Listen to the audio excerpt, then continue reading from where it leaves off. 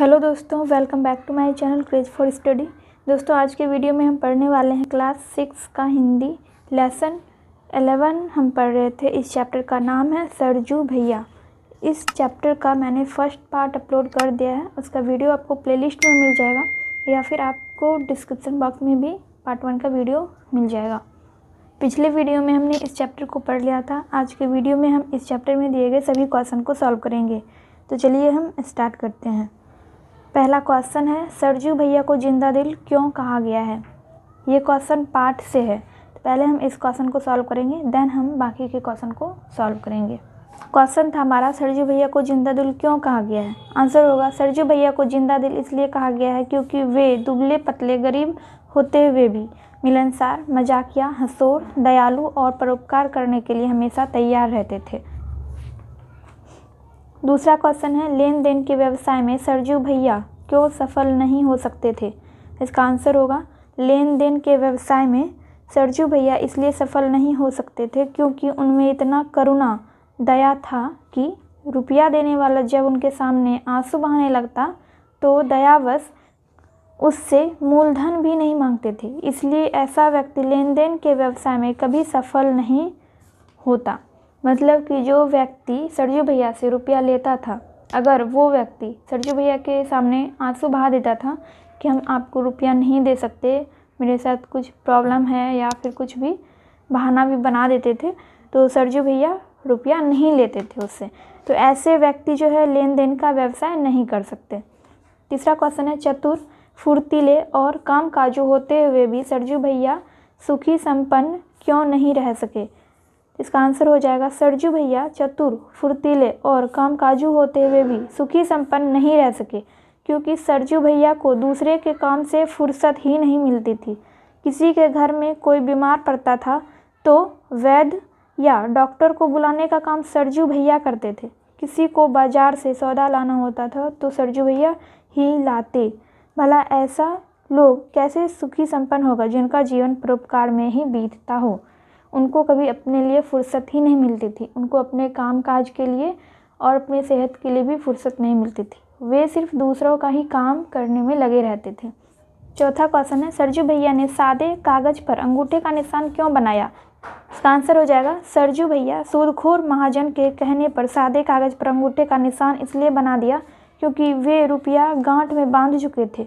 वे महाजन के व्यवहार से आश्चर्यचकित थे। जो महाजन कभी सरजू भैया से रुपया लेता था, आज जब सरजू भैया को रुपये की ज़रूरत पड़ी तो महाजन ने अंगूठे का निशान लगाने को कहा। सीधे साधे सरजू भैया निशान लगा दिए। हमारा 4 नंबर तक क्वेश्चन सॉल्व हो चुका है। 5वां क्वेश्चन है, अपनी शादी की बात सुनकर सरजू भैया ठठाकर क्यों हंस पड़े। सही उत्तर में चिन्ह लगाइए।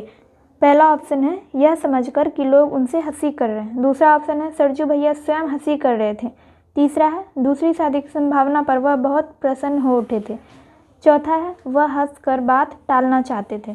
तो यहाँ पे सही आंसर हो जाएगा, वह हंसकर बात टालना चाहते थे। अब यहाँ पे पाठ से आगे का 4 क्वेश्चन दिया हुआ है, तो चलिए 1 बाय 1 सबको सॉल्व करते हैं। पहला क्वेश्चन था, काजी जी दुबले क्यों, शहर के अंदेशे से। यह कहावत सरजू भैया पर कहाँ तक चरितार्थ होती है। इसका आंसर हो जाएगा, सरजू भैया के पास इतनी संपत्ति अवश्य थी जितनी से वे अपने परिवार एवं अतिथि सत्कार बड़े मज़े में कर सकते थे। इसके बाद भी उनके शरीर की हड्डियां ढांचा जैसी दिखती थी। ना खाने की चिंता, ना अपने काम की।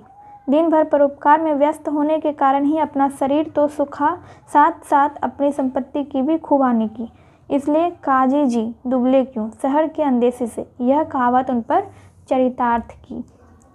दूसरा क्वेश्चन है, आप जोंक, खटमल और चीलर में सबसे खतरनाक किसे मानते हैं और क्यों। इसका आंसर हो जाएगा, हमारे विचार से चीलर जोंक और खटमल से अधिक खतरनाक होता है। तीनों हमारा खून पीते हैं, लेकिन चीलर हमारे शरीर के खून को इतने धीरे चूसता है कि हमें पता भी नहीं चलता। वह हमारे शरीर में सटकर हमारा खून पीता है तथा वह हमारे खून को अपने रंग में शीघ्र ही बदल लेता है। तीसरा क्वेश्चन है, सरजू भैया की दिनचर्या से आप कहाँ तक सहमत हैं।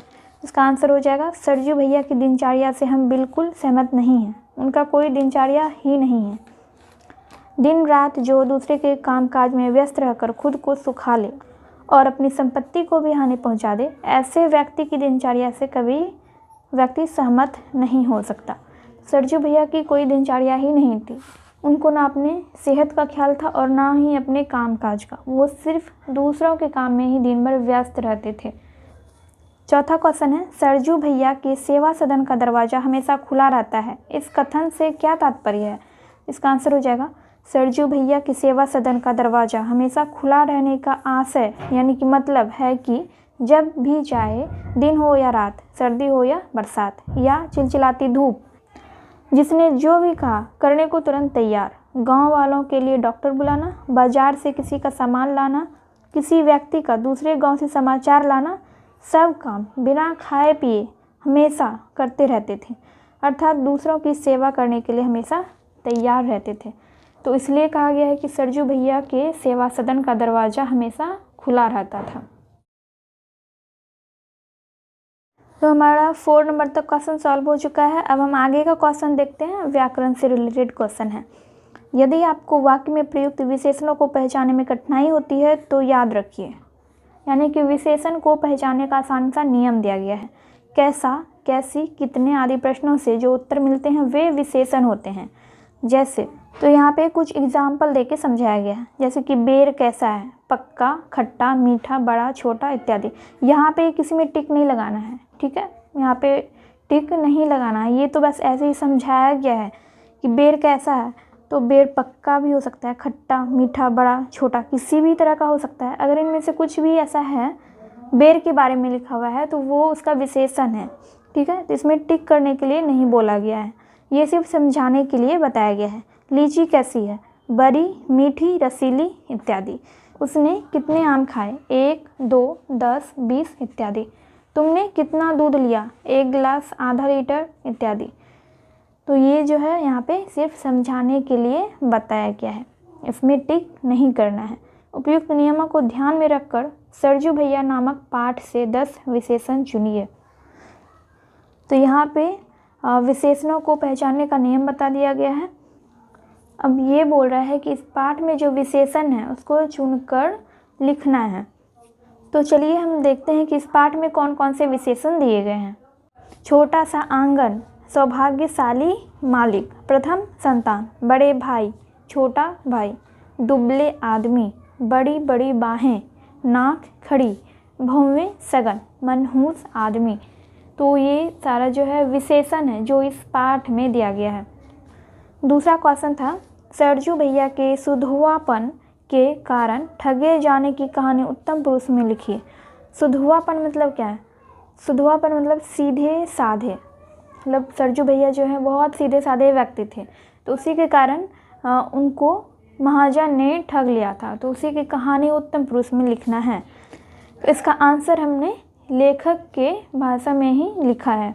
मैं एक बार किसी ज़रूरत में सरजू भैया से कुछ रुपये लिए, मेरा काम बन गया, रुपये खर्च हो गए, लेकिन अभी तक मैंने सरजू भैया का पैसा वापस नहीं किया, क्योंकि मैंने समझा सरजू भैया को जब ज़रूरत होगी तो मुझसे मांग लेंगे।